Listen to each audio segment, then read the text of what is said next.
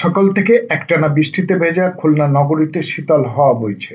দুর্নীতির বিরুদ্ধে তারুণ্যের একতা গড়ব, আগামী শুদ্ধতা, এই স্লোগান নিয়ে খুলনায় দুদকের গণশুনানি অনুষ্ঠিত হয়েছে।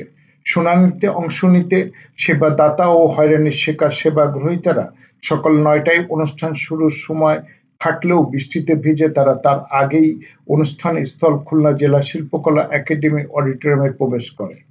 আজকের গণশুনানিতে ৫৮টি অভিযোগ নিয়ে মুখোমুখি হয়েছে সেবাদাতা ও গ্রহীতারা। কিছু সমস্যার তাৎক্ষণিক সমাধান করা হয়, আর কিছু অভিযোগ তদন্তের জন্য দুদক খুলনা সমন্বিত জেলা কার্যালয়কে দায়িত্ব দেওয়া হয়। কিছু অভিযোগ সংশ্লিষ্ট দপ্তর প্রধানকে ব্যবস্থা বা তদন্ত করে কমিশনকে রিপোর্ট করতে বলা হয়েছে।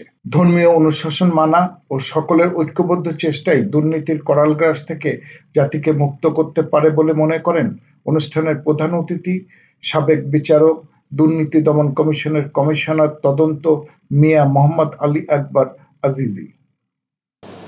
আপনারা যা আয় করেন, আপনারা যে বাড়িঘরে বসবাস করেন, আপনারা যে বিদ্যুৎ ব্যবহার করেন, সব কিছুর উপরে ট্যাক্স দেন, সেই ট্যাক্সের পয়সায় আমাদের বেতন হয়।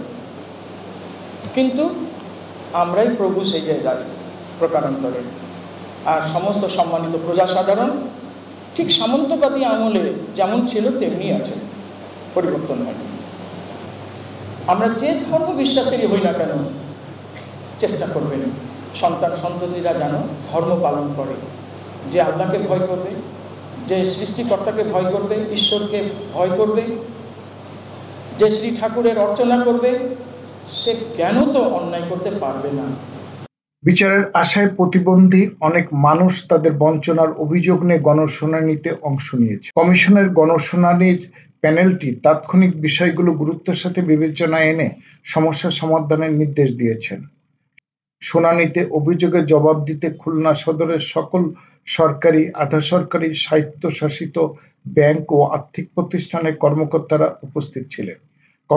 কমিশনার অনুসন্ধান অবসরপ্রাপ্ত ব্রিগেডিয়ার জেনারেল হাফিজ আহসান ফরিদ আগামী ১ বছরের মধ্যে সকলকে দুর্নীতিমুক্ত খুলনা জেলা ঘোষণার জন্য একসাথে কাজ করার আহ্বান জানিয়ে বলেন, আমরা সবাই দুর্নীতি বন্ধে প্রতিশ্রুতি দিচ্ছি, একই সাথে মানসম্মত সেবা প্রদানের নিশ্চয়তাও দিতে হবে।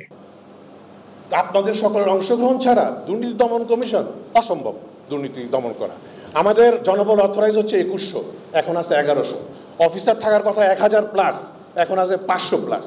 তা আমরা যদি ১০০০ অফিসারও দিই, দেশে ৩৪টা আছে জেলা কার্যালয়, আমরা যদি সমস্ত জেলায় একটা করে কার্যালয় দিই, সম্ভব না। পাড়ায় পাড়ায় দুর্নীতি দমন কমিশন লাগে। তো আমরা যদি সবাই মিলে কাজ করি, তাহলে অবশ্যই আমরা ওই দিনের জন্য আমরা কেন প্রশ্ন তুলি যে সারা দেশের সব জেলায় দুর্নীতি দমন কমিশন হইতে হবে, উপজেলায় হইতে হবে? কেন আমরা বলি না যে আমরা একভাবে কাজ করব এবং আমরা ওই দিনের জন্য টার্গেট করি, যদি আমরা প্রজ্ঞাপন জারি করব যে দেশের দুর্নীতি সহনীয় মাত্রায় কমে আসায় দুর্নীতি দমন কমিশন বিলুপ্ত ঘোষণা করা হলো। বাংলাদেশে একটা সংস্কৃতি চালু হয়েছে যে সেবা গ্রহীতার টাকায় সেবাদাতা পালিত, কিন্তু মনে হয় যে সেবাদাতা হচ্ছে প্রভু আর সেবা গ্রহীতা হলো ভৃত্য। এই সংস্কৃতি পরিহার করতে হবে। সেবাদাতা ভৃত্য হওয়ার দরকার নেই, শুধু সেবাটা দেন, তাইলেই চলবে। ১ বছরের মধ্যে খুলনাকে ঘুষমুক্ত জেলা হিসেবে ঘোষণা করুন, ইনশাআল্লাহ। সরকারি পরিষেবা প্রাপ্তি নিশ্চিতকরণ এবং সরকারি কর্মকর্তাদের মাঝে সততা, নিষ্ঠা, জবাবদিহিতা ও মূল্যবোধ বৃদ্ধি করার মাধ্যমে দেশ থেকে দুর্নীতি নির্মূল করাই এই গণশুনানির মূল উদ্দেশ্য। উদ্বোধনী অনুষ্ঠানে অন্যান্যদের মধ্যে বক্তব্য রাখেন দুর্নীতি দমন কমিশনের মহাপরিচালক আক্তার হোসেন, বিভাগীয় commissioner Firoz Sarkar, police commissioner Zulfiqar Ali Haider, range DIG Rezaul Haque, জেলা প্রশাসক Mohammad Saiful Islam, police super T M. Mosharraf Hossain, Dudok খুলনার উপপরিচালক আব্দুল অদুদ।